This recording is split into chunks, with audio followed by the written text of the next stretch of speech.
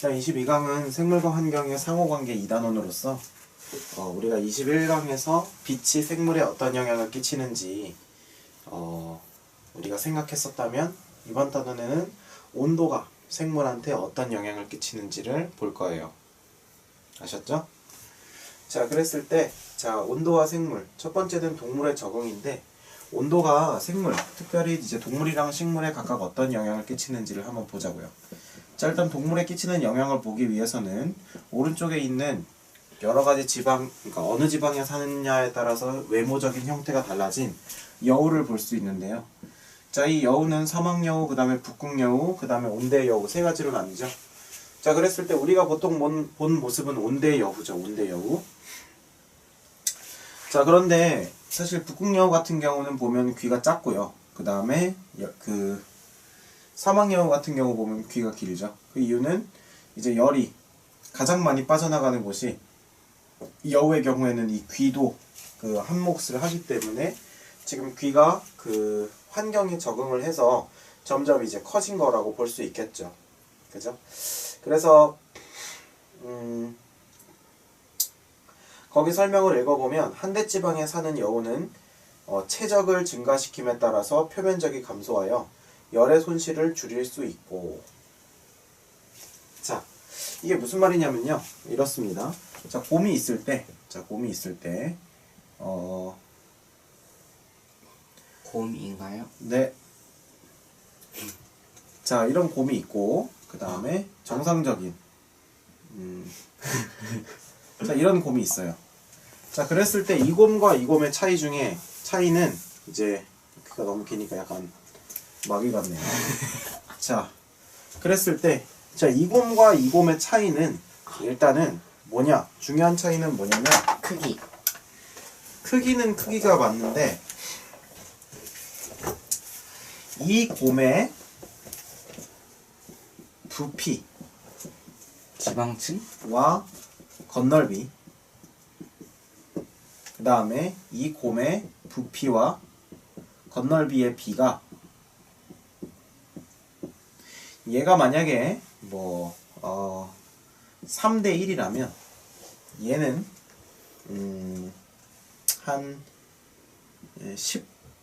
10대 한 2, 그러니까 한 5대 1 정도 된다는 거죠. 자, 무슨 말이냐면 자, 우리가 배가 나온다고 했을 때, 자, 배가 점점점 지방층이 쌓여가지고 에너지층으로 바뀌면 배가 이렇게 나오죠. 그쵸? 자, 우리가 요런 배에서 요런 배로 바뀌었다고 해봅시다. 자, 그랬을 때 부피가 늘었죠. 면적도 늘었어요. 그죠? 왜냐면 요거의 면적이 예를 들면 100제곱센치라면 이렇게 됨으로써 한 150제곱센치가 됐으니까, 그럼 면적은 1.5배가 됐는데 여기 담고 있는 열량은 2배가 넘었다고 해보세요. 그러면 이거 할 때보다 이거 할 때가 열량을 2배 이상 더 낼 수 있는데 면적은 2배보다 덜 늘었으니까 얘가 에너지적으로 유리해요? 얘가 에너지적으로 유리해요? 그렇죠? 얘가 유리한 거죠. 그래서 북극곰들은 다 덩치가 큰 겁니다. 체적은 커요. 그러니까 부피가 크다고. 그래서 둥글둥글하게 생기면 둥글둥글하게 생길수록 안에 들어있는 에너지는 많고 겉으로 뺏기는 에너지는 적은 거예요. 그런데 반면 안에 들어있는 에너지는 적고 이렇게 말랐으면 이만큼 이렇게 길죠. 길쭉길쭉하잖아, 상대적으로 얘보다. 그러니까 겉으로 뺏기는 열이 더 많다는 거죠. 얘에 비해서. 당연히 건널비 자체는 얘가 더 넓겠지. 근데 부피에 대한 건널비는 얘가 얘보다 훨씬 더 넓다는 거예요. 그러니까 얘가 더 열을 퍼센테이지로 따지면 열을 더 잘 뺏긴다는 거지. 무슨 말인지 알겠죠?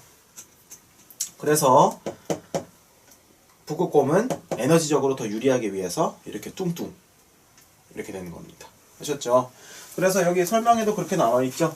뭐라고 돼 있냐면 한대지방에 사는 여우는 체적을 증가시킴에 따라 표면적이 감소하여 열의 손질을 줄일 수 있고, 그러니까 한대지방에 사는 애들은 둥글둥글하고 좀 커요. 그리고 몸의 말단 부위를 작게 해서 외부의 차가운 공기와의 접촉 면적을 줄이고 열의 방출량을 줄인다, 이렇게 돼 있죠. 반면에 사막여우는 좀 말랐어요. 저렇게 생겼죠. 저렇게 생기고 체적을 감소시킴에 따라 표면적이 상대적으로 증가하죠. 그래서 열 방출이 촉진이 되고 말단 부위를 크게 해서 외부 접촉도 늘리고 그렇게 되는 거예요. 됐습니까? 자, 그래서 우리가 결국 알 수 있는 건 이 온도에 따라서 생물이 어떻게 적응을 하느냐, 이걸 우리가 지금 여우를 통해서 봤다는 거죠. 자, 그럼 표를 한번 읽어보자. 동물의 적응. 동물의 적응. 적은 동물의 온도 적응. 추운 지역에 사는 동물일수록 열 손실을 줄여 체온을 유지하기 위해 몸집이 커지고. 자, 이게 무슨 법칙이에요? 베르그만의 법칙. 베그르만 아니고요. 베르그만이랬는데? 그쵸, 베르그만이죠. 응? 네? 저 베르그만이라고 하지 않았어요? 내가 틀렸다고 얘기하진 않았어요. 네. 그죠? 자, 베르그만의 법칙이죠. 그 다음 몸의 말단 부위가 작아지는 경향이 있다. 무슨 법칙? 알렌의 법칙. 자, 베르그만의 법칙과 알렌의 법칙이에요. 그래서 북극여우와 사막여우. 됐죠? 네. 자, 두 번째 계절형. 계절형. 계절에 따라 몸의 크기, 형태, 색깔 등이 달라진다. 자, 얘네들은 아예 정온동물, 그러니까 항상 춥고 항상 더운 데서 사는 애들이라서 베르그만의 법칙과 알렌의 법칙이 적용이 됐었죠. 그런데 중요한 거는 계절, 사계절이 바뀌는 그런 데서 사는 애들은 조금 더 다르다는 거죠. 자, 한번 읽어볼까? 계절형. 다르건데요. 다시 한번 읽으세요. 시작. 계절에 따라 몸의 크기, 형태, 색깔 등이 달라지는 호랑나비의 봄형과 여름형, 물별의 여름형과 겨울형이 있다. 오, 창의적으로 읽었어요. 제가 좀 창의적이죠. 네. 그렇다고 하죠. 자, 그래서 계절에 따라서 몸의 크기, 형태, 색깔이 달라져요. 그래서 왼쪽에 보면 호랑나비의 계절형 보니까 봄형보다 여름형이 어때요? 커요. 색이 진해요. 진하죠. 근데 이거는 중요한 게 나비가 돼서 갑자기 이렇게 쭉쭉 크는 게 아니야. 나비 상태에서 막 크는 게 아니에요. 맞는데. 나비가 처음에 요만하게 태어났다 점점 커지죠? 네. 와, 진짜. 와, 얼마나 곤충 채집을 안 했으면 그걸 모를까요? 나비는 알아요.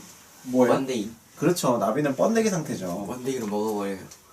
네, 정말 잔인하네요. 자, 이게 뭐예요? 번데기. 번데기죠. 번데기? 네. 맛있어요? 안 먹었어요. 아, 그렇군요.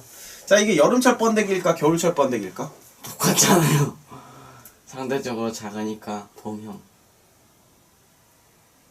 겨울이 아니라 봄이에요. 네. 겨울에 태어나면 다 죽어요. 아니죠. 그리고 곤충들은요, 겨울에는 번데기 기간이어서 나오지 않아요.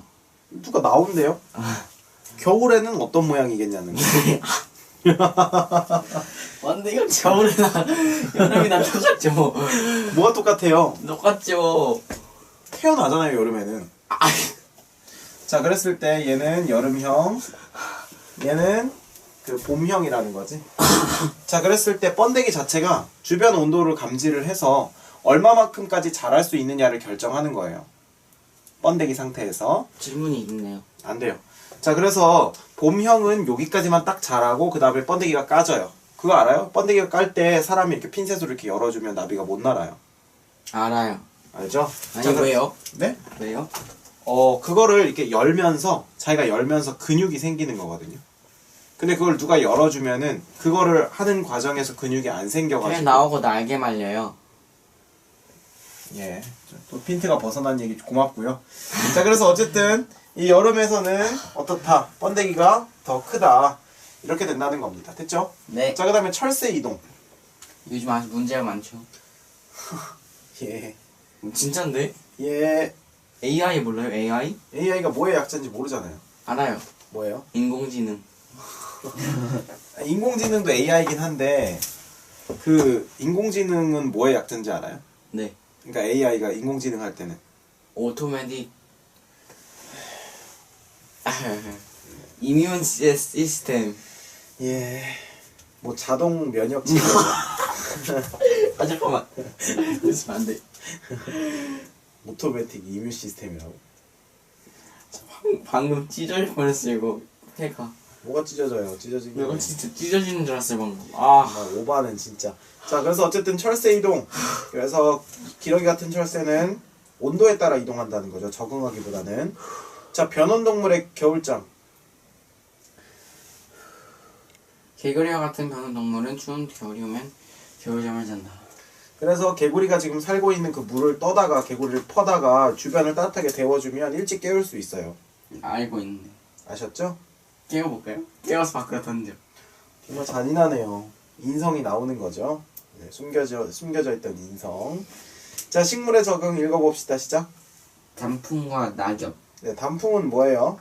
온대지방의 낙엽수는 온도가 낮아지면 녹색 엽록소가 파괴되면서 황색이나 주황색을 띠는 카로티노이드 색소의 색깔이 드러나 단풍이 들고 떨결을 형성하여 잎을 떨어뜨리며 겨울 눈을 만든다. 겨울 눈이 이거 스노우인 줄 알죠? 네. 스노우. 네. 윈터 스노우인 줄 아는데 정말 그건 무식한 거예요. I'm not 무식. 자, 겨울눈이라고 하는 건 우리가 보통 가지에서 보이는 이런 거 있죠, 이렇게. 새싹 나올라 말라 하는 이렇게 해서 이렇게 솜털 이렇게 있는 거 이렇게. 슉슉슉슉. 그런 거 없는데? 이렇게 있는 거 있는데요. 그럼 목화잖아요. 목화 없어요 그런 거. 네. 아 설마 그게 꽃가루예요? 막 날릴 때? 아, 무슨 꽃가루에 여기 솜털 같은 게 있다니까. 나중에 가서 보세요. 저기. 꽃가루잖아요. 꽃가루. 그래서 일단은 온대지방의 낙엽수는 온도가 낮아지면은 엽록소가 파괴돼요. 그죠? 네. 그래서 카로티노이드 색깔의 색소의 색깔이 드러나서 단풍 색깔이 뭐죠? 여러 가지가 있어요. 주황색, 노란색, 붉은색 이런 것들이죠. 파란색. 네? 단풍이요? 잠깐만요. 뭐라고요? 아니 참. 아니 단풍이 파란색. 자, 그래서 떨켜를 형성하여 떨켜.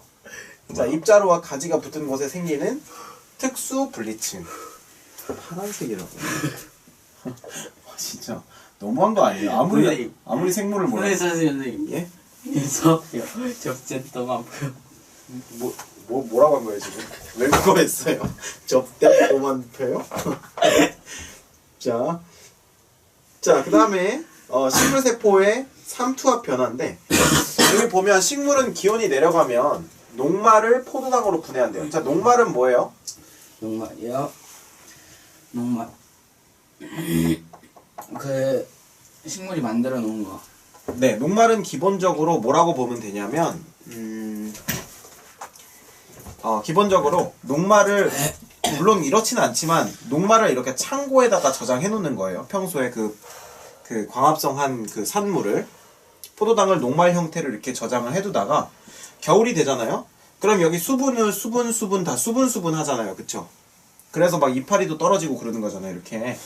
맞습니까? 그런데 지금 이 안에 물이 있으니까 얘가 얼기 십상이에요, 안 십상이에요? 십상이에요. 십상이죠? 십상이 뭔 줄 알아요? 네. 네, 사투리죠, 사투리.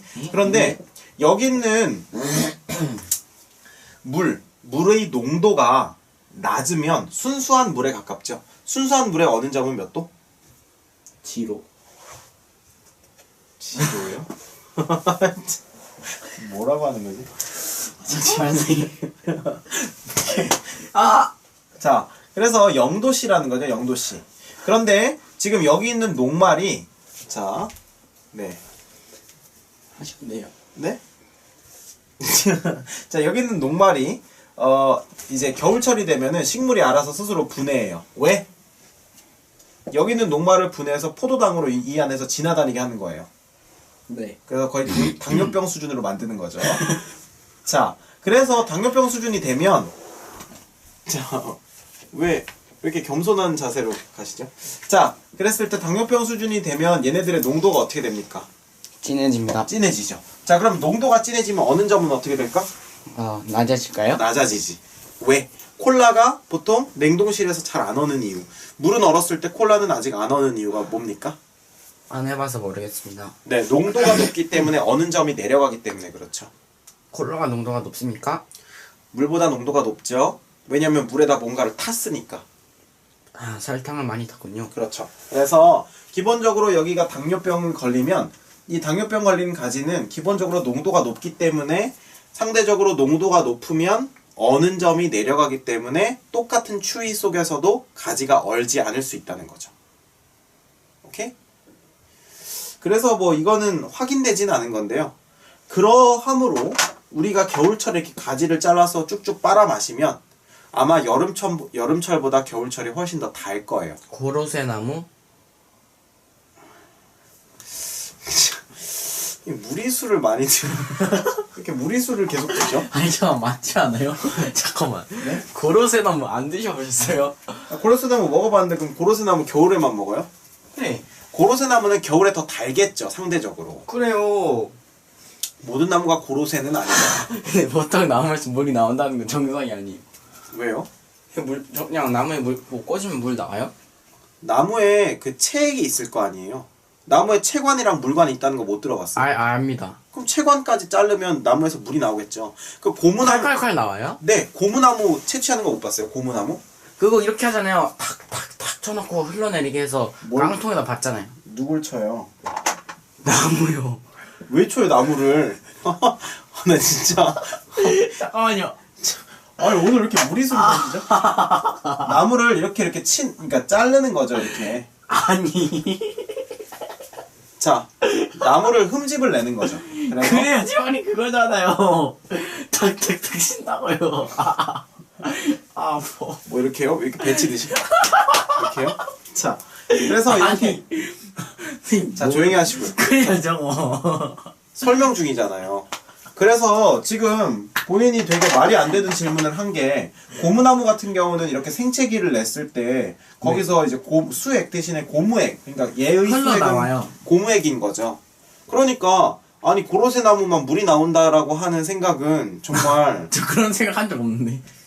전 예를 들어서 고로쇠 나무라는데 선생님이 이상한 게 막. 근데 네가 아까 질문하는 것 중에 그러면 다른 나무도 자르면 물 나오는 건 아니잖아요. 그랬잖아요. 아니. 물 나오죠. 고무 열매죠 이게 바로. 먹으면 몸 늘어나요. 몰랐죠? 저 뭐 동호무 열매 뭔지 몰라요. 저도 뭐 잘은 몰라요. 선생님 원피스 뭐예요? 아니요? 자, 그래서 그 녹말을 포도당으로 분해해서 세포의 삼투압을 높여서 얻는 것을 방지한다. 이렇게 알 수 있고요. 자, 식물의 개화는 뭡니까? 꽃이 피는 시기. 꽃이 피는 거죠. 네. 개화는 우리가 보통 개방이라고 하는 것과 같은 의미죠. 그래서 개화 정책을 폈다. 이렇게 하면은 외국 문물에 대해서 이렇게 잘 수입을 한다. 이런 것들은 말도 안 되는 소리고요. 자, 개화라고 하는 건 뭐냐면 꽃화자, 꽃이 핀다. 그래서 가을밀과 가을보리는 가을에 씨를 뿌린 후 겨울이 지나야만 봄에 개화하여 열매를 맺는다. 그래서 우리가 보릿고개라고 하죠. 네. 보릿고개가 뭡니까? 그 있던 식량을 다 먹고 이제 새로운 식량이 올 때가 아니에요. 나올 때 있는 그 기간이요. 아니 잘 모르는데 아는 척하는 거 참 너무 심한 것 같아요. 그 보릿고개라고 하는 건 사실 뭐냐면 우리가 봄에 벼를 심죠. 아니 심어요 안 심어요? 모내기 하잖아요 모내기. 저를 심어요? 그러면 뭘 심죠? 벼. 왜 그러세요? 집중해야지. 집중. 아니 너무 아파서. 자 벼를 심죠. 네. 그래서 벼를 언제 거둡니까? 가을에 추수할 때. 가을에 수확하죠. 그래서 이때 수확한 걸로 이제 온 가족이 따뜻하게 쌀밥에 고깃국을 먹는 거죠. 겨울 동안. 그리고 이때 바로 이제 추수하고 나서 여기에 뭘 심습니까? 보리? 보리를 심는 거죠. 이때 보리를 심는 거예요. 네. 쌀을 추수하고 나서. 그래서 이때 보리를 심으면 얘네들이 겨울 동안은 온도를 딱 감지했을 때 지금은 아직 아니야 이러다가 딱 겨울이 풀리면서 어떻게 됩니까? 여기 설명에 있는 것처럼 가을에 씨를 뿌린 후 겨울이 지나야만 봄에 개화하여. 그래서 봄이 딱 되면 개화를 해요. 그러면 꽃이 왜 중요하냐면 꽃이 펴야 그 다음에 열매가 맺거든. 그래서 보리가 열매를 맺죠. 네. 그럼 이제 보리를 추수를 한단 말이죠. 그래서 이때 꽁보리밥 많이 먹고 소화가 잘 되는 거죠. 그런데 보리가 소화 안 되는데. 예. 근데요 저 질문이 있는데요. 옛날 조선 시대에도 보리를 먹었나요? 안 먹었을까요? 우리나라에 빵 없었잖아요.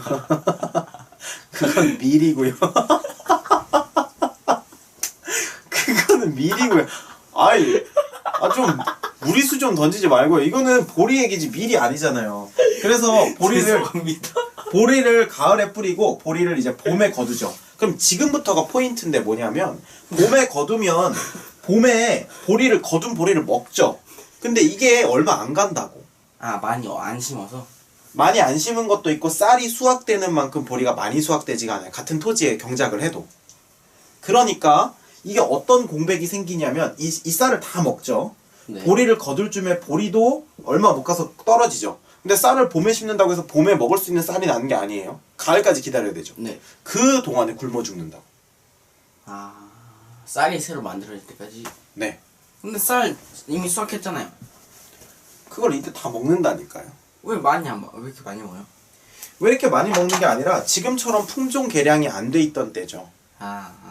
지금은 이렇게 유전자 이렇게 해가지고 그리고 그때는 약간 뭔가 사회적 요인 때문에 그런 거지 않았을까요? 아니요, 그런 건 없었고요. 탐관 어리들이 너무 갈취해가지고. 사실 그게 맞는 말이죠. 그러니까 옛날에는 우리가 경작을 하면 거기에서 우리가 엄청나게 많은 양을 세금으로 떼는 거죠. 네. 지금의 소득세랑은 뭐 비교도 안 되죠. 엄청나게 많은 부분을 그리고 그 농민들이 보통 다 자기 땅이 아니잖아요. 그 마을에서 빌린 땅 가지고 하니까 더 많이 내겠죠. 그렇죠. 소작농 개념이었죠. 그렇죠. 그러니까 사실 먹을 게 없는 거예요. 보리도 없고 그 다음에 그 쌀도 없고. 그래서 근데 많이... 지금 내가 정확하게 모르겠는 건 보리를 추수하기 전에를 보릿고개라고 하는지 아니면 보리를 다 먹고 쌀을 먹기 전에를 보릿고개라고 하는지는 지금 정확하진 않아요. 근데 어쨌든 식량이 없는 시기가 공백기가 있다는 거지. 그런데 사실 이런 게 우리나라에 왜 있냐면 그 우리가 사회 시간에 배웠는데 좀 더 낮은 지방, 그러니까 인도네시아나 이런 데로 가면 1년에 4번 하는 거 알죠? 변호사. 그러니까 4번 하는 거 알죠? 그러니까 우리가 이모작이라고 하던가. 이모작? 그 사모작. 이모작 이렇게. 하여튼 정확한 용어는 생각이 안 나요. 옛날에 배운 거라서 사회에서 배운 거라서. 근데 그런 데는 왜 그게 가능하냐면 온도가 높기 때문이야. 그 일정하게 항상. 그렇지. 지금 우리가 지금 생물과 환경의 상호관계를 하는데 지금 온도가 생물에 미친 영향 하잖아요. 그러니까 온도가 따뜻하고 좋으면 생물이 굉장히 많이 순환을 할 수 있다고. 그래서 내가 대만 갔을 때도 진짜 놀랐던 게 진짜 과일이 어마어마하게 많아요. 땅 자체가 그냥 과일로 다 뒤덮여 있는 땅이라고 보면 돼요. 대만은. 안 되고요.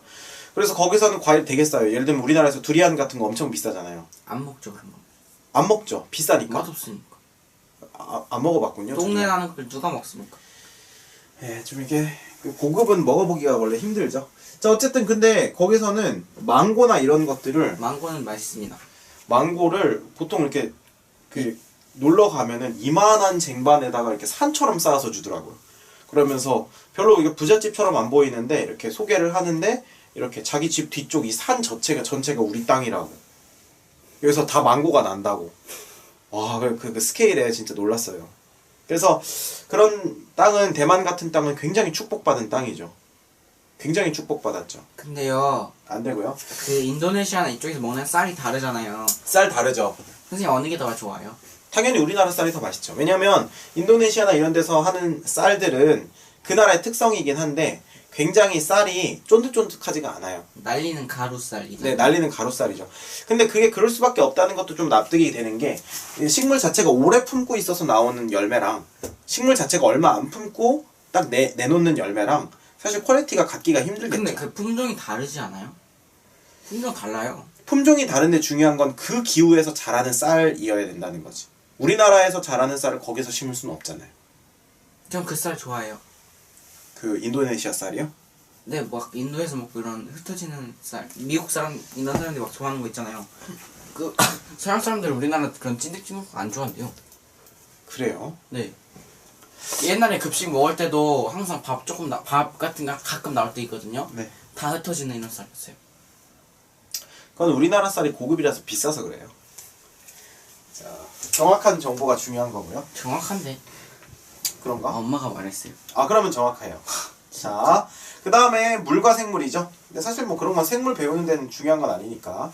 자, 그래서 물이 이번엔 생물에 어떤 영향을 미치는지 우리가 공부를 해야 되는데, 자, 물도 엄청 중요하죠. 사실 어마어마하게 중요한 거지. 사람 같은 경우 몸의 70%가 물이고, 그 다음에 식물, 동물, 물 없이는 살 수 있는 동물이 하나도 없죠. 네. 자, 그런데 이 물은 어떤 영향을 끼치는지 한번 봅시다. 네. 이 물 자체가 우리가 마시는 의미도 있지만 살고 있는 환경과도 굉장히 많은 영향을 그러니까 살고 있는 환경과도 되게 많은 영향이 있거든요. 예를 들면 자, 동물은 물에 대해서 어떻게 적응을 하는지 한번 봅시다. 뭐라고 써 있어요? 수분 증발 방지. 자, 수분 증발 방지. 자, 읽어봅시다. 파충류는 몸 표면이 비늘로 덮여 있다. 곤충은 몸 표면이 키틴질의 껍질로 덮여 있다. 그렇죠. 조리와 파충류의 알은 단단한 껍데기로 쌓여 있다. 다 뭐냐면 다 반짝반짝거리고 뭔가 수분이 잘 투과하지 못하는 재질이라는 뜻이죠. 자, 수분이 잘 통과하지 못하는 재질의 장점은 뭐예요? 물이 많이 안 빠져나갈 수 있죠. 증발하는 걸 막아주는 거죠. 맞습니까? 증발하는 걸 막아주는 거예요. 그쵸? 네. 그리고 수분 손실 최소화. 읽어볼까요? 사막의 낙타는 땀을 잘 내지 않고 농도가 진한 오줌을 배설하여 오줌으로 빠져나갈 수 있는 수분량을 줄인다. 자, 농도가 진한 오줌이라고 하는 건 우리가 당뇨병 오줌이네요. 당뇨병은요, 포도당이 많은 오줌을 당뇨병 오줌이라고 하고요. 포도당이 많으면 농도가 진해지잖아요. 농도가 진한 건 포도당의 농도만을 얘기하는 건 아니에요. 무기염류나 아니면 다른 건 다 빠져나가도 상관없어요? 그럼요. 예를 들면 요소 같은 거는 다 빠져나가야죠. 나쁜 것들. 노폐물들은 다 빠져나가야 되는 거 아니에요? 네. 비타민C 먹으면 오줌 엄청 노래져요. 이건 진짜 과학적입니다. 그래서요? 그냥 그렇다고요. 네. 뭐 그렇게 의미 없는 이런 건 다 편집해주세요. 아니 뭐 그런 건 없어요. 자, 편집은 없습니다. 선생님이 좀 잘하시니까. 아니 저는 편집은 귀찮아서 안 해요. 이거 이번 것만 해주세요. 너무 웃고 막 떠들어가지고 어쩔 수 없어요. 아 그래요? 이것까지 다 들어갈 거예요. 제발요.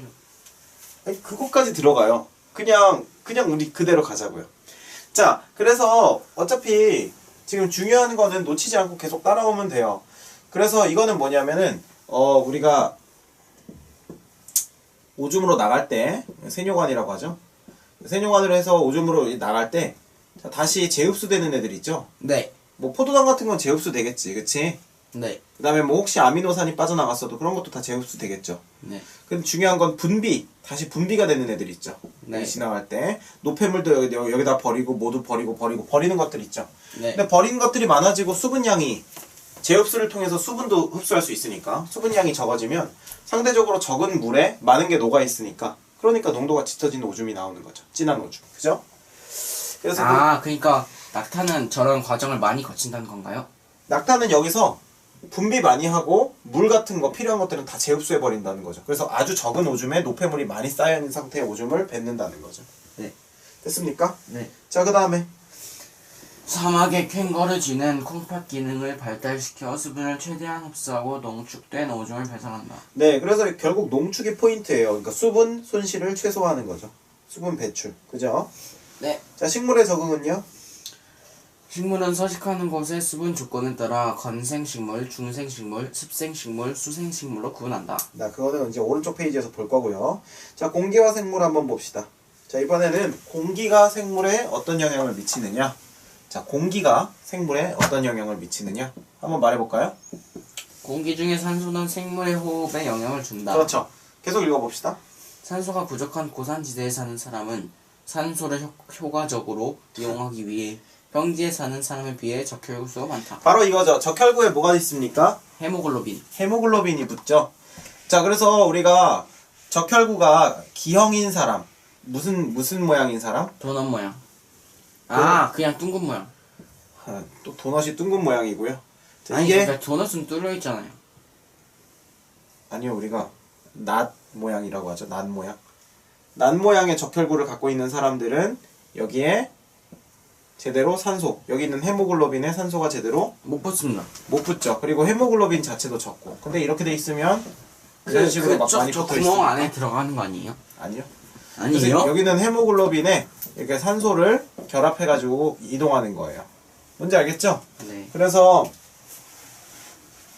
우리가 여기서 알 수 있는 건 뭐냐면요. 산소가 부족한 고산지대에 사는 사람은 산소를 효과적으로 이용하기 위해 평지에 사는 사람에 비해 적혈구에 많은 산소가 붙는 게 아니고 적혈구 자체의 수가 많아요. 마라톤도 잘하겠네요. 그렇죠.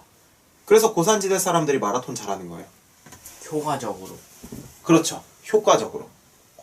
자, 그래서 이거 뭔지 알겠죠? 네. 적혈구가 많고 그 다음 폐활량도 굉장히 좋죠. 됐습니까? 네. 두 번째. 공기 중에 아니구나. 맞죠? 네. 공기 중에 이산화탄소는 식물의 광합성의 재료가 된다. 그렇죠. 그 다음 공기 중 온실기체가 많아지면 지구온난화 현상이 일어나 생물의 생활에 영향을 준다. 네, 그렇죠. 그래서 온실기체 많아지면 영향 준다 이런 거죠. 됐습니까? 네. 자, 그 다음에 생활형이라는 게 있네요. 생활형. 자, 재밌는 개념이니까 한번 봅시다. 읽어봅시다. 생활형 서로 다른 왜 그래요? 네. 왜요? 생활형이라고 하죠. 네. 생활형. 생활형이라 했는데. 네, 생활형이라고 안 하고요.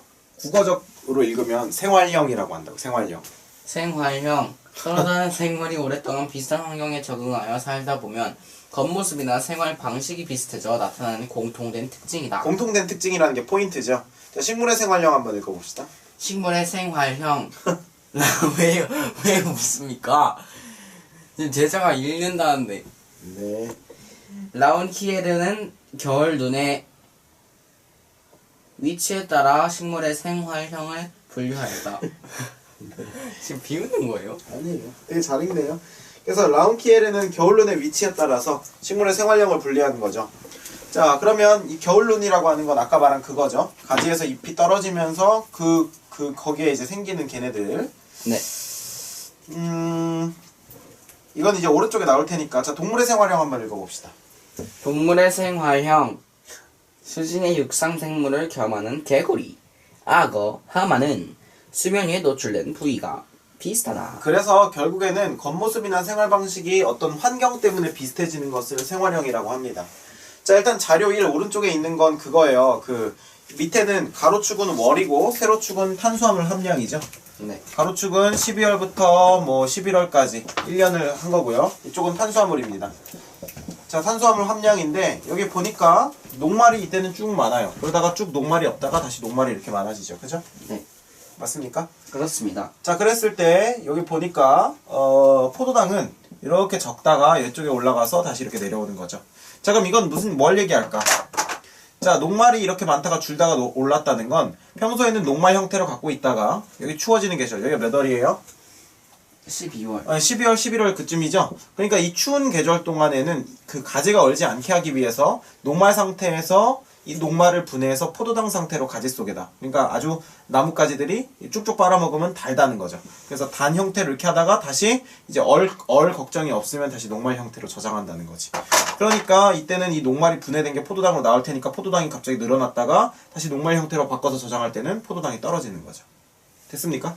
그래서 포도당이 늘어남에 따라서 삼투압도 같이 올라가는 걸 알 수 있지. 왜? 삼투압이 올라가야지 포도당 농도가 늘어났다는 증거가 되는 거고, 그 다음에 사투압이 올라가서 포도당 농도가 늘어나면 어느 점이 내려갔다는 증거니까.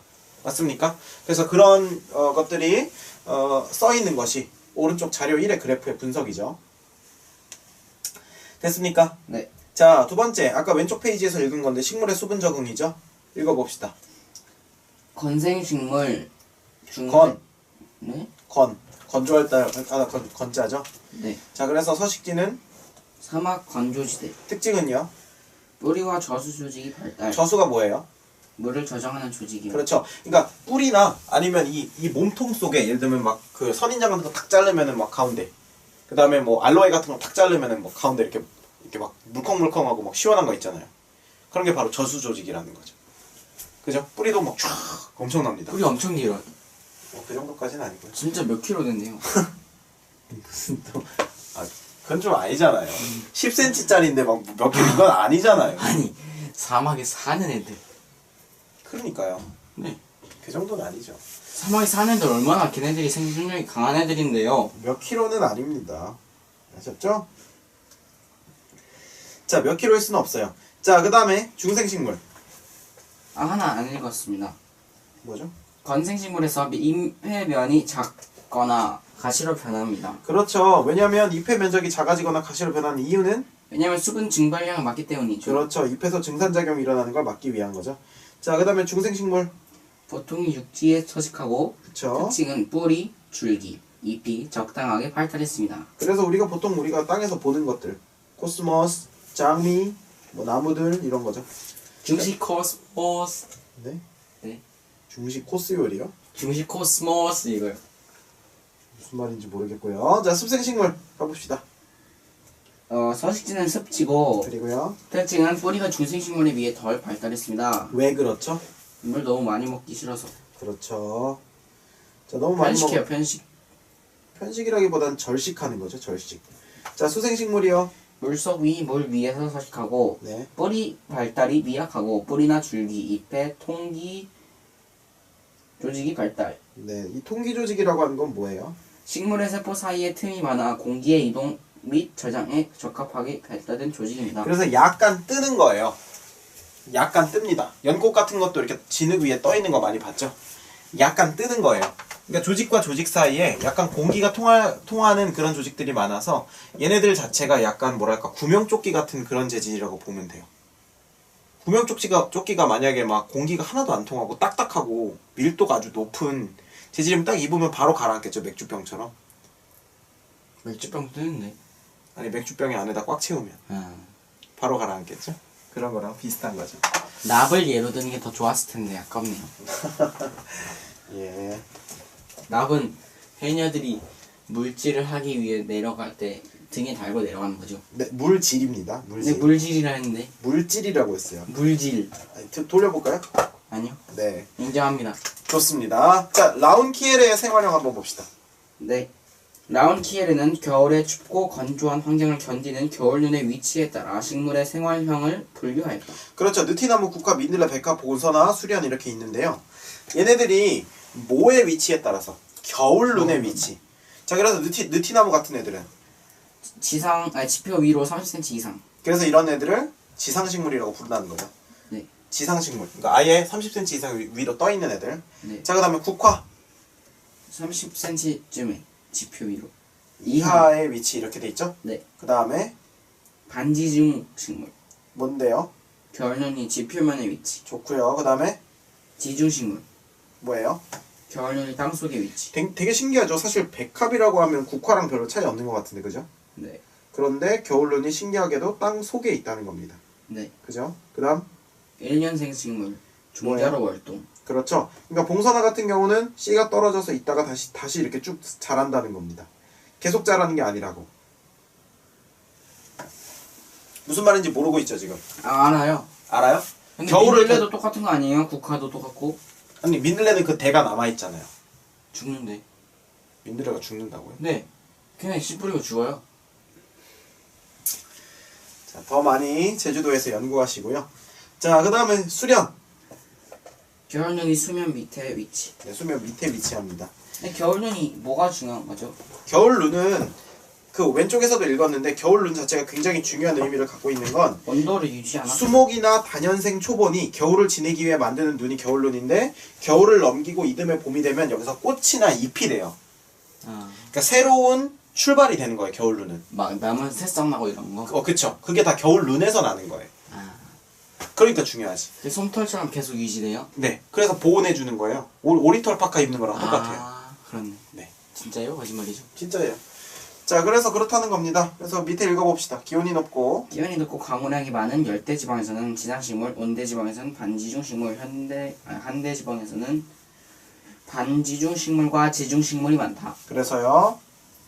추위나 건조가 심하지 않은 지역에서는 지상식물의 비율이 높고 추위가 심한 곳에서는 반지중식물이나 지중식물이 많이 분포함을 할 수 있다. 그렇죠. 그래서 이것도 결국 온도, 그 다음에 그렇죠. 지금 온도에 따른